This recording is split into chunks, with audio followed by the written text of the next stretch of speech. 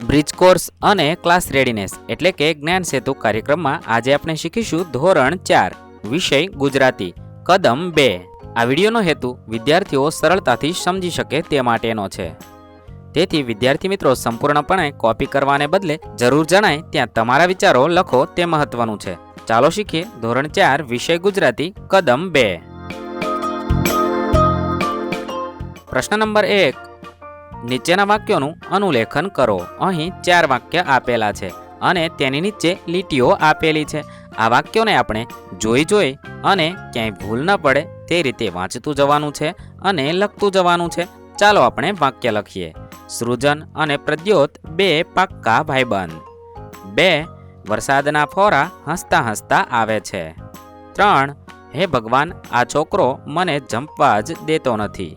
4, આકાશમાં દોડાદોડી પડાપડીને ધમ્માચકડી થઈ રહી। આ રીતે આપણે વાક્ય જોઈને ફરીથી લખીશું। હવે પ્રશ્ન નંબર 2, આપેલ ચિત્રમાંથી તફાવત શોધીને લખો। આ ચિત્રમાંથી આપણે 4 તફાવત શોધવાના છે અને લખવાના છે। તો ચાલો આપણે તફાવત શોધીએ। તફાવત નંબર 1, પહેલા ચિત્રમાં ગલુડિયાના 4 પગ દેખાય છે, જ્યારે બીજા ચિત્રમાં ગલુડિયાના 3 જ પગ દેખાય છે। તફાવત નંબર 2, બીજા ચિત્રમાં પ્રશ્નાર્થ ચિહ્નની નિશાની છે, જ્યારે પહેલા ચિત્રમાં તે નિશાની નથી। તફાવત નંબર 3, બીજા ચિત્રમાં ચોકડીની નિશાની છે, જ્યારે પહેલા ચિત્રમાં તે નિશાની નથી। તફાવત નંબર 4, પહેલા ચિત્રમાં થાળીમાં 1 હાડકાનો ટુકડો છે, જ્યારે બીજા ચિત્રમાં 2 ટુકડા છે। આ રીતે આપણે ચિત્રમાં આપેલા તફાવત શોધી અને અહીં લીટીમાં લખીશું। હવે પ્રશ્ન નંબર 3, નીચેના પ્રશ્નોના ઉત્તર લખો। સવાલ નંબર 1, મોટા વાદળાએ શાના વિશે ફરિયાદ કરી? તેના જવાબમાં આપણે લખી શકીએ, દીવાની જ્યોત મોટી થઈ ગઈ એટલે કેટલાક વાદળા પીળા અને ફિક્કા થઈ જવા લાગ્યા હતા। આ વિશે મોટા વાદળાએ ફરિયાદ કરી હતી। અહીં મારે મોટા વાદળાને બદલે મોટા ભાગના એમ લખાયું છે, ત્યાં તમારે મોટા વાદળાએ ફરિયાદ કરી હતી એમ લખવું। સવાલ નંબર 2, વાદળાની આંખોમાંથી આનંદની ધારા વહેવા લાગી એટલે શું? તેના જવાબમાં આપણે લખીએ, વાદળાની આંખોમાંથી આનંદની ધારા વહેવા લાગી એટલે વરસાદ વરસવા માંડ્યો એવું થશે। સવાલ નંબર 3, પવનને શું ગમતું હતું? એણે શું કામ શરૂ કરી દીધું હતું?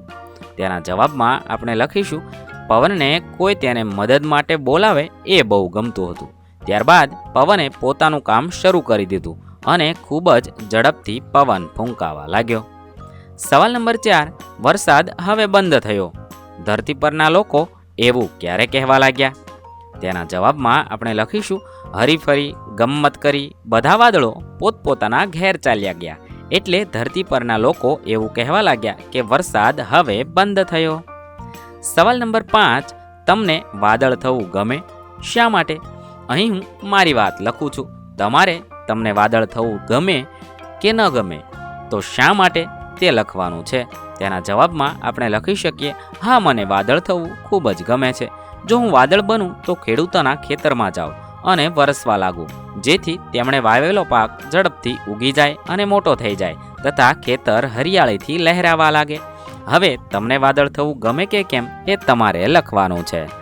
પ્રશ્ન નંબર 4, ધોરણ 3ના પાઠ્યપુસ્તકના પાના નંબર 22 પર આપેલ ગીતને આધારે નીચેના પ્રશ્નોના ઉત્તર લખવાના છે। પ્રશ્ન નંબર 1, વારંવાર સરખા અક્ષરો આવે એવા શબ્દો કવિતામાંથી શોધીને લખો। અહીં 2 શબ્દ આપેલા છે, અલક મલક અને રીમઝીમ રીમઝીમ। હવે આપણે બીજા શબ્દ કવિતામાંથી શોધવાના છે। કવિતામાં બીજા દોડી દોડી, ઝળહળ ઝળહળ, મરક મરક આવા શબ્દો આવે છે।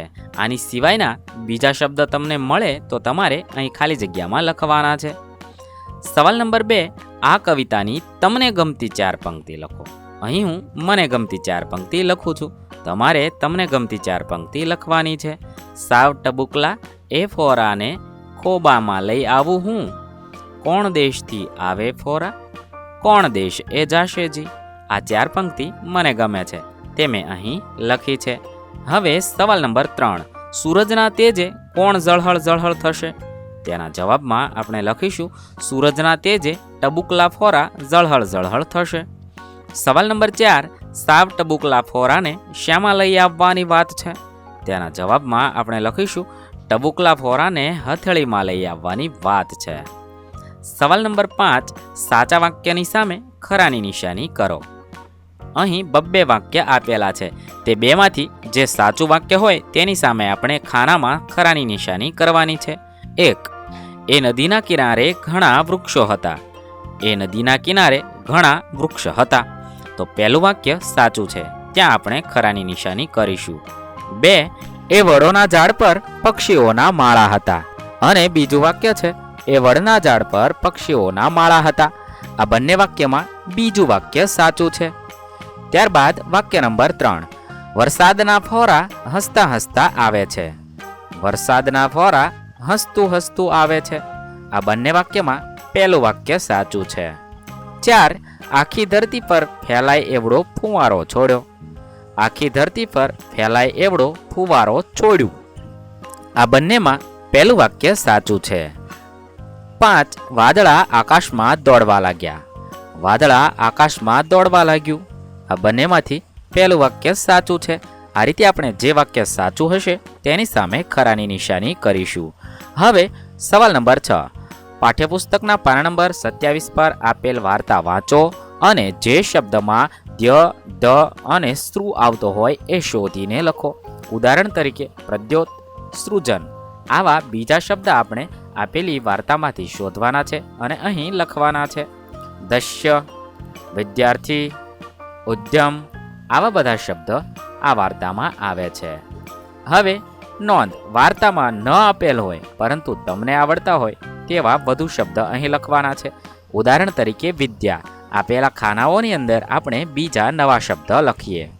વિદ્યા, સૃષ્ટિ, દ્રષ્ટિ, દશ્ય, ઉદ્યમ, ઉદ્યત, વિદ્યાર્થી, વિદ્યુત, દઢ્ઢતા, દૃષ્ટાંત, સૃજન, સૃષ્ટિકર્તા, દ્રષ્ટિક્ષેત્ર, દ્રષ્ટિહીન, સૃષ્ટિ વિજ્ઞાન આવા બધા શબ્દ આપણે આપેલા ખાલી ખાનાઓમાં લખશું. વિદ્યાર્થી મિત્રો, અહીં કદમ 2 પૂર્ણ થાય છે. કદમ 3ના વિડીયો સાથે ફરીથી જલ્દી મળીશું. થેન્ક યુ દોસ્તો. એડ્યુટેકનો ચેનલ તરફથી વિડીયો નિહાળવા બદલ આપનો આભાર. આવા બીજા વિડીયોઝ નિહાળવા માટે અમારી યુટ્યુબ ચેનલ એડ્યુટેકનો અત્યારે જ સબસ્ક્રાઈબ કરી લો. આભાર દોસ્તો.